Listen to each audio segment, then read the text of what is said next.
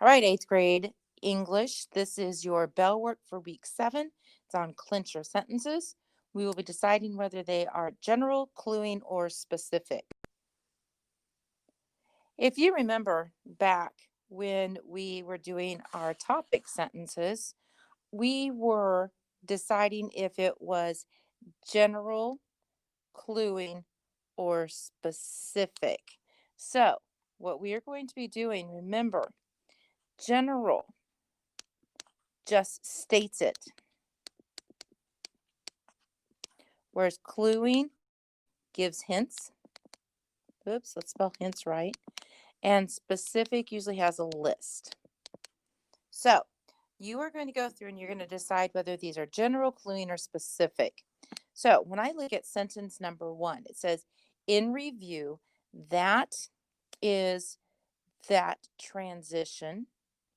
There are different kinds of clouds, including cirrus, cumulus, nimbus, and stratus. Notice how that has a list. So that is a specific cluing sentence. We have, as a result, Vice President Johnson became President of the United States. There's no list, there's no hints. So that one would be a general. On number 3, it says because of these 3 problems, there's a hint, scientists will have to work hard to perfect a cure. Does it tell us what those 3 problems are? No. Does it just state something? No. So that one is a cluing. So you're going to go through and you're going to decide whether it's general, cluing, or specific. Remember, I gave you guys the little information up here. It states it, gives hints, gives a list.